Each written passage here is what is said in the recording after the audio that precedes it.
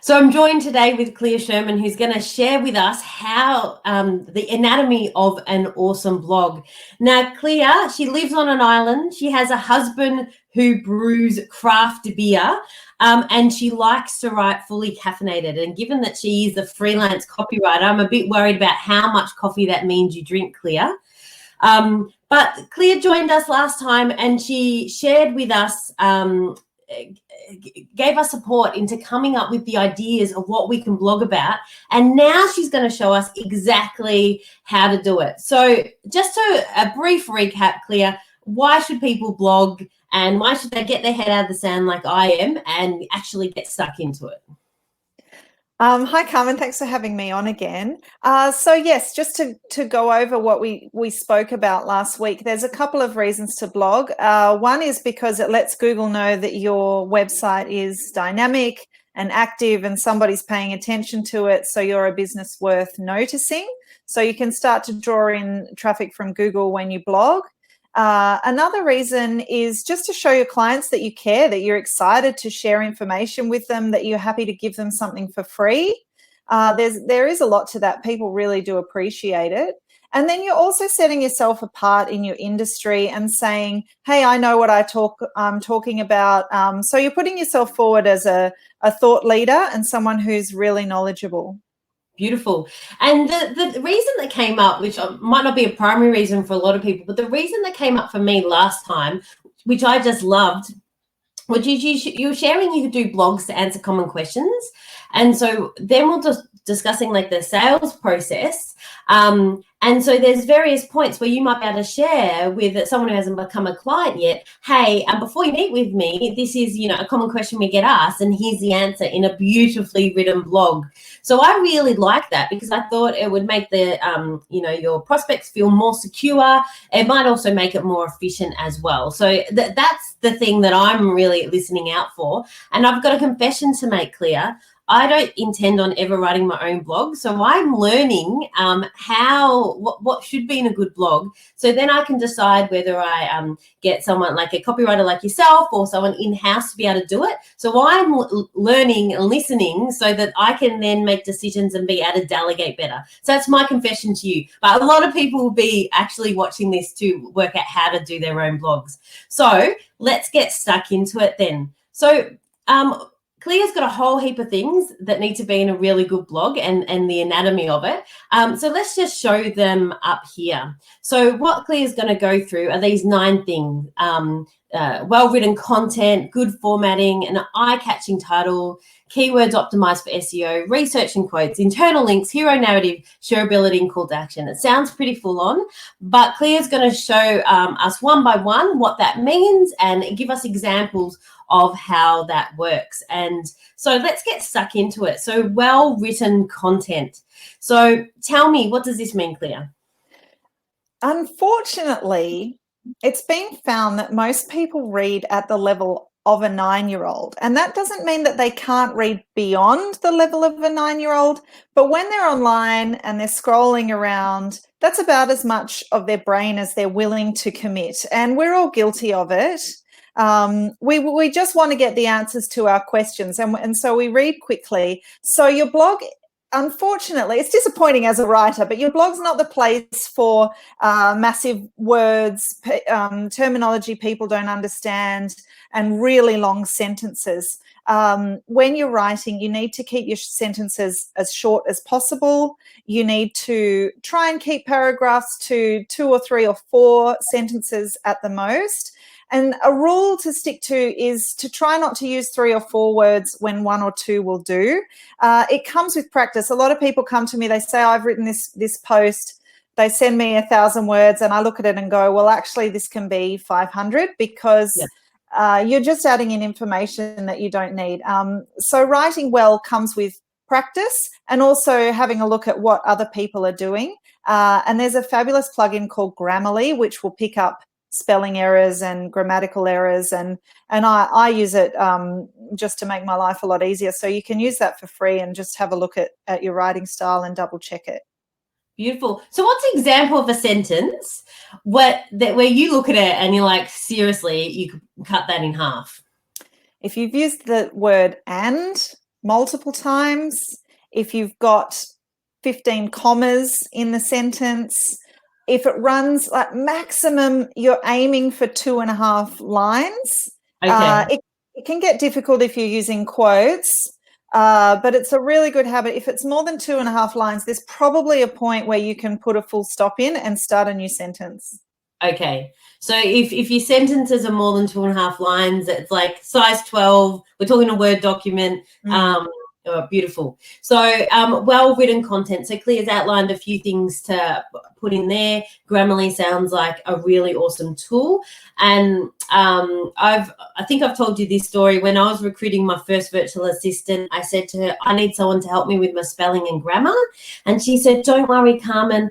I had trouble when I was learning as well. And I said, well, but Jo, English is my first language and my only language. So, yeah, so like this stuff doesn't come naturally to me, but I love this because we can create, in my mind, I can create formulas. It's like Clea said that if it's 2.5 lines, I should like look at it and like it's not right. I need to do something about it. If there's extra words in there, take it out. So I really love how you've given us the really clear guidance around that. And what I understand is that can be for a sentence or it can be for a whole blog as well, that you need to cut it down. Beautiful. So good formatting. Tell me what that looks like. This is another thing that studies have shown is people skim when they're on the internet. Like I said, they want the answer to their question. So they may see a blog title and be looking for a certain piece of information. So when you break your blog down into headings, it lets them find what they want sooner. And it also makes it easier to read. So if you have book style pages and pages of text, it's not reader friendly. It feels a bit overwhelming. You can't find what you need to know. So a great rule of thumb is to break your content up into an introduction and then different steps or headings and then a conclusion. Yeah, beautiful. So thanks for that. So I know with like social media posts, Maureen's trained me to do like a sentence and a space. But what I'm hearing is for a blog, it's almost like a paragraph with a heading.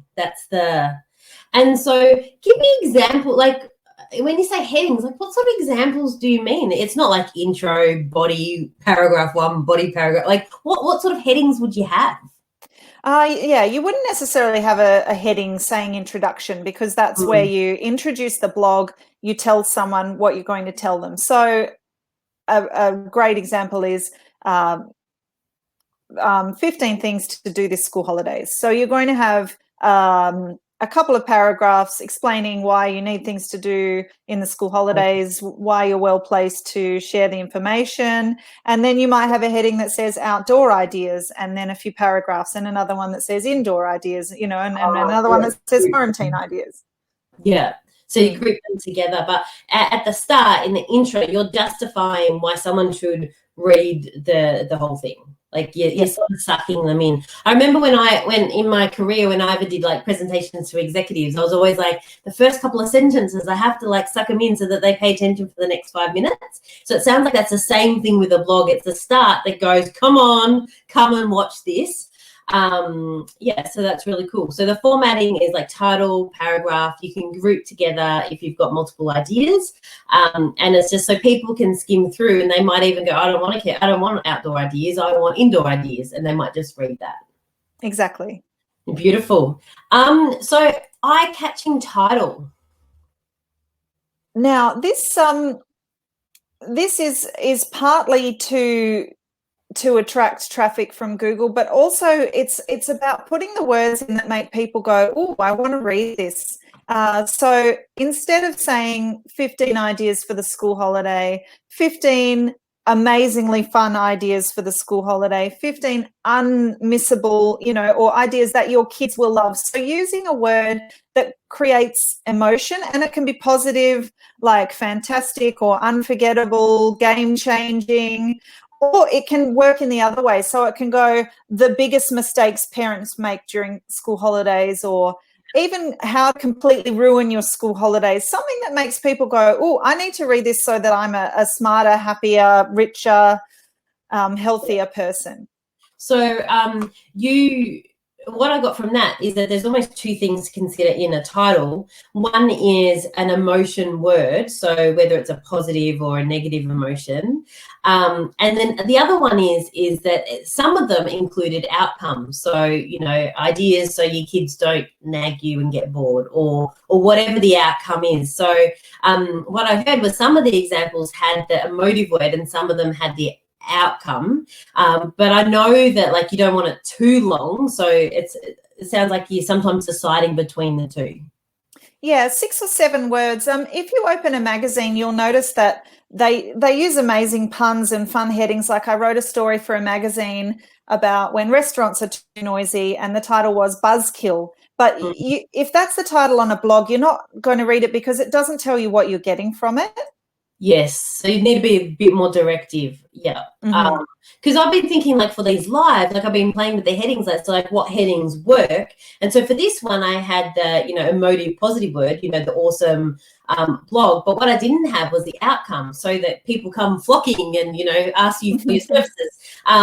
Because Facebook's teaching me that it has to be like, and LinkedIn, like has to be a short title. So it sounds like there's that trade-off between the emotive word and the outcome can elicit emotion as well.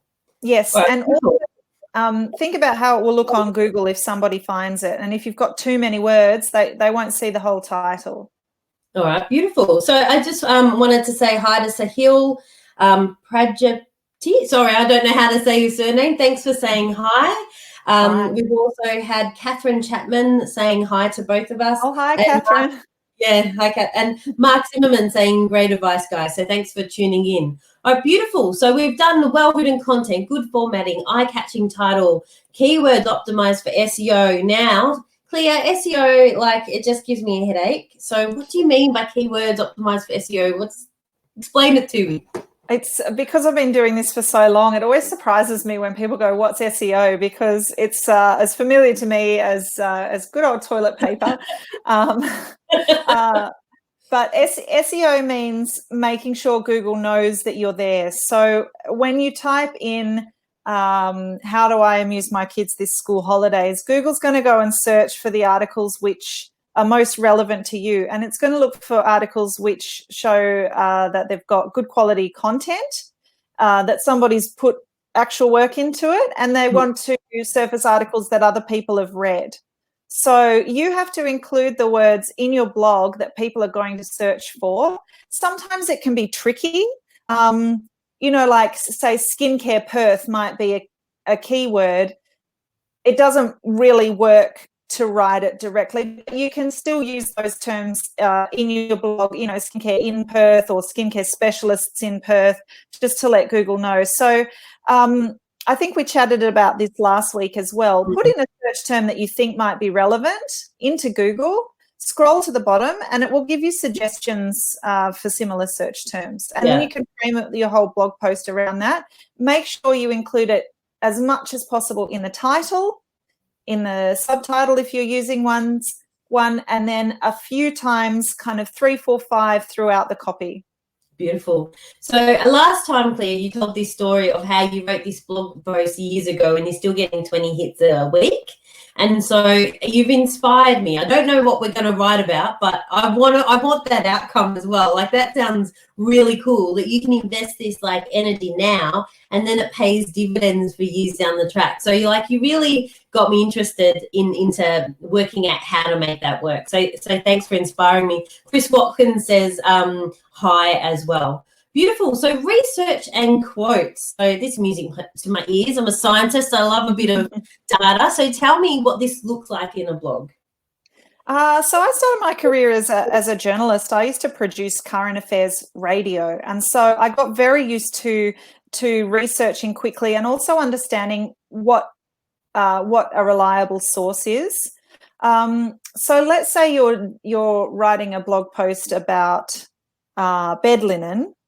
You might do some research to find out how often people replace their bed linen, or some statistics about the hygiene of bed linen. Look for reliable sources like Australia's major publishers, places like the Sydney Morning Herald or the Guardian or the ABC. If it's got a website address that's that you're not really sure about, and it just says something like studies show, try and avoid that. But generally, if you've got a good source, they'll say where the study has come from. It might be a Deloitte study. It might be a study from a relevant association, and see if you can get as close to the source as possible, and use a couple of statistics and then link to the source if you can to show that you're credible.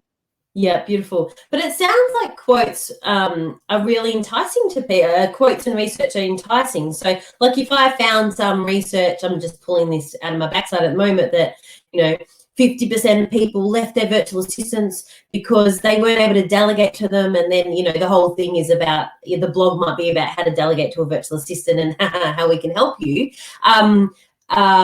So it sounds like it would be enticing to have data around that for the reader. It really adds credibility. And another thing you can do that shows that you're very connected and that you're paying a lot of attention is quote. You can quote public figures or celebrities, but say you're doing a blog about the coronavirus, you might want to say something like, our state's health minister has said, and then find an article that's quoted him recently. And it just shows that you've put a little bit of thought and extra effort into your blog. Yeah. So that's interesting. So it almost makes you more credible, or like you said, it shows people that you've really thought about it. Yeah. Mm-hmm. Or the person that you got to write the blog for you has thought about it. All right, beautiful. So I'm researching quotes. So I just wanted to read a few messages that people have been sending through, which has been great. Aletha said, I tried to learn SEO on my own, but it's very broad and hard to learn. This is very helpful. Thanks for the advice. Brett said, great follow-up session, Carmen. Well, great follow-up session, Clear. Thank you. And Michael Patura said, love the idea of using a search term on Google, then seeing what other similar relevant searches were made to collect keywords. So I think that's a great idea as well. Beautiful. So let's go to the next one, internal links. What do you mean by this? We have been talking a lot about SEO, and I know it's overwhelming. And I have a friend who was the head of SEO very high up, and he confessed. He said, Claire, I don't know. It's confusing and it's not an exact science. And so reassure yourself with that. There's no one person on earth who has SEO 100% nailed all the time. But if you keep in mind two things, quality and quantity. Google wants to know that a lot of people are coming to your site, and they want to know that it's good stuff that they're looking at. And they'll measure that by how long people spend. They'll also measure it by if they're reading, and they'll go to another place in your site. So they'll stay on your site for longer. So half of your blog, or even at the bottom, put a link saying, read more, and a title of a previous blog post. And then that tells Google, oh, this site's so interesting that somebody stayed and they clicked again. Yeah. So it's just another helpful tip. I think this is really helpful, because one of my problems that Maureen is trying to whip out of me is that I always want to find the expert. I want to find the answer. And often in business, there isn't an answer. You can collect information, but you still need to assess it for your situation and work out how you're going to do it. And what I love about what you just shared about SEO is you've really simplified it around, you said, like, the quality and the quantity. So Google just wants to show your site to people if it's good, and they assess whether it's good by how many people are coming and how long they're staying, it sounds like. And I'm sure they've got all these other measures, and they're changing all the time, and you might play the system if that's like your full-time job to do. But if you're just juggling that, if you're a small business and you're juggling that with other things, I love those two rules of thumb. That's fantastic. You made my day with that. Thank you. Right, beautiful. But so internal links, so to go back to that, so what you mean is like, so I could do a blog about delegation, and then it's like, well, if you want to read more about communication, or how to ask, how to have a meeting with your team member or whatever, and then that's the next blog or the next video or the next thing. Like, it just keeps people there. Yeah, or you can have your links as well. Book a call with me now to talk more about this, and just keep people on the site clicking around. Beautiful. Colleen Condon So this is really helpful. Thank you. Thanks for chiming in. Colleen. All right, beautiful. So the next thing is hero narrative. Da, da, da, da. All right, tell me what this is. I love the hero narrative. It's something that business owners forget is we're all such experts and we like to go on and on and on, but sometimes we forget who we're talking to. The hero in your blog isn't you, it's the person reading it. And you need to remember to speak to that person, answer the questions that they have, let them know that you understand their problem. And you don't even have to go, sometimes you will if it's a case study, but you don't even have to go too deep into how you provide the solution. So the purpose of that person reading your blog is so they can feel smarter and better informed. So just keep that in mind and talk to you. So when I write my blogs, no matter what the subject, instead of saying people should, it's if you're doing this, try to. So keep that reader as the main focus of attention. So you're softening it. So you're not getting out the whip and going, do this, do this, do this. It's softening it so that they feel better about themselves. Yeah, and talk to them as the reader. Don't say our clients do this, or even the wider, like we recommend people. Like we recommend you because you're the only person reading this right now, and you're our most important customer right now. So this is huge for me because I get pretty self-absorbed sometimes, or often. And this is like Carmen confession time. Anyway, so sometimes I have trouble putting myself in other people's shoes. So what you're saying is when we write a blog, we have to imagine that there's someone like, I'm just imagining a person like Jane at the other end who's got a small business and she's reading it, or my target market persona, and they're sitting and they're a person reading it. So I need to like craft it for that person. Yeah, and it's always kind of blurry, and there might be situations where you are really giving your opinion. Yeah. So that it's not a hard and fast rule, and that's something I think that we'll chat about at the end of this is that every rule is made to be broken. But generally aim for the hero narrative and keep the person that you're talking to in mind and talk directly to them. Yeah, so they're the hero. The person reading it is the hero. I love this, and this one's getting me excited because I think I've got a lot to learn here. All right, so the next one is shareability. What's this about? Again, we're going back to the SEO, our good friend SEO, who overwhelms us all on a daily basis. SEO likes to know that your blog is popular. So try and find ways to encourage people to share your posts, put it out there on social media. You can add a line at the end that says, if you liked this, share it with your friends. Just make it really easy for people to grab the link and pass it on to others. Yeah, beautiful. And so in terms of shareability, so I shared this meme about COVID on Facebook. Well, I posted it and it got shared like 47 times. And I'm like, how do I do that in business? Like, I don't just want my funny COVID meme shared. I want other things. And so, like, it's this thing I aspire to, but I'm not quite sure. Like, I get a few shares, but not 47 on any business thing. So are there any, like, have you seen patterns in things that have been shared a lot? Like what makes something shareable? If it's new information, it's shareable. If it makes people feel really smart, like they're the first to know, they'll share it. If it makes people, you can be a little bit controversial. If it says something controversial, you might get more shares. It's a lot. There's a bit of trial and error involved with shareability, and sometimes you notice things have been shared and shared and shared without you even thinking that it would. Sometimes you can take a comedy approach. It does take a little bit of trial and error, and it does depend on your business.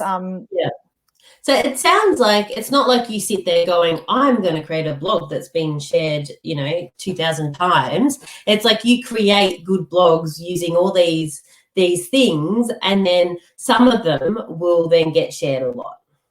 Yeah, and you can always add a line at the end saying, if you liked this, share it. Yeah, beautiful. All right, so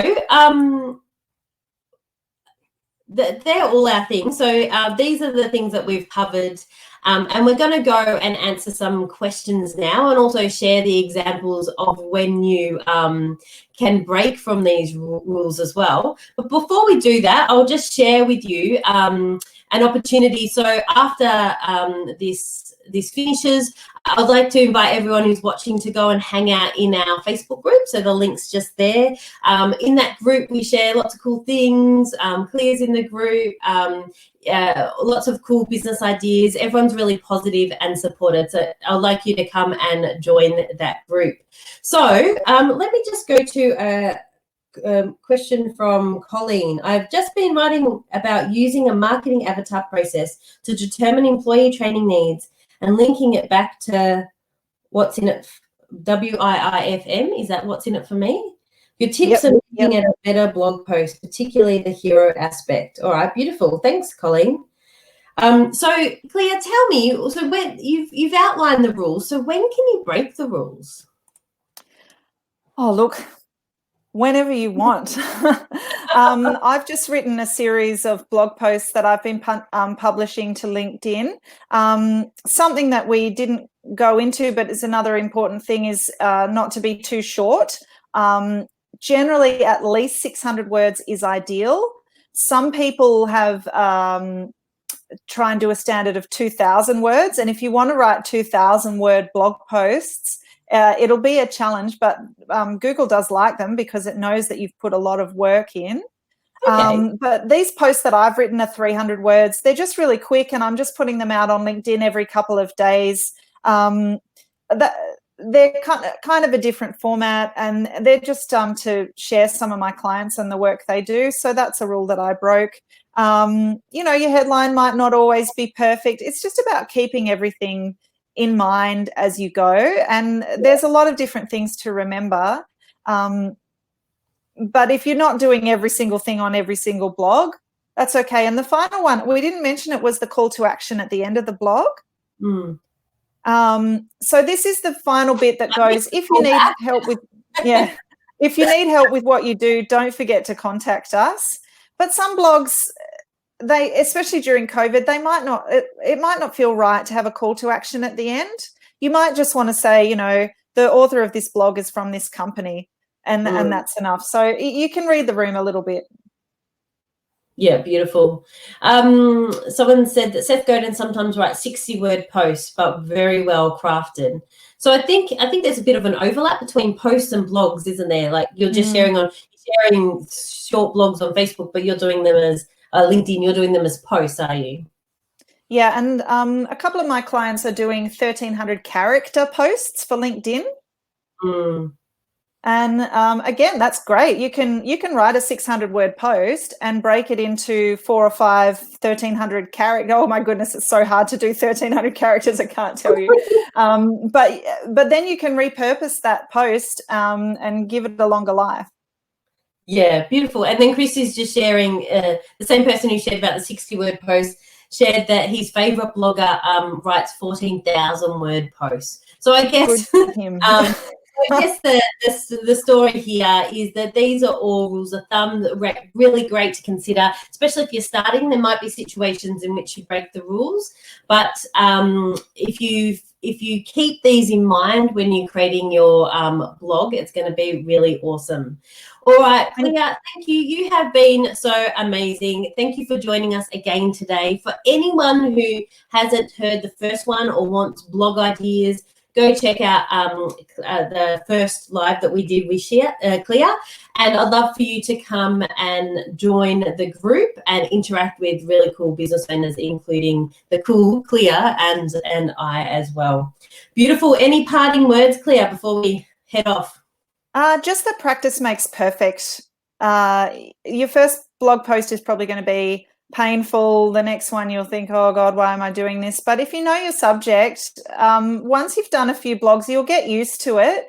Sometimes you can feel like, oh gosh, I'm not reinventing the wheel here. I'm not using amazing language. But think about the reader. This is the first time that they've looked at this content. And also my other tip is, don't worry if you think, oh, other people have written this. Your clients haven't read it from you. So there can be 10, I mean, how many articles are there on, you know, how to make a a good omelette. Like there's millions, but your customers still need to hear it from you. Yeah. And I think, like just this morning, I was listening to a podcast. Someone said something I've heard 50 times, but the way he said it this morning and the example he used and the place I was, I'm like, aha, you know, I received it in a different way. So I think that's a really good point. Like you guys know a lot about your businesses. Your clients are often, like you said, hearing this information for the first time. So even if you don't think you're being profound, it can still be really useful for your clients and for the broader community. So thank you so much, Clea. You have been amazing. And I look forward to seeing everyone's blogs. See ya. All right. Thanks for having me. Bye.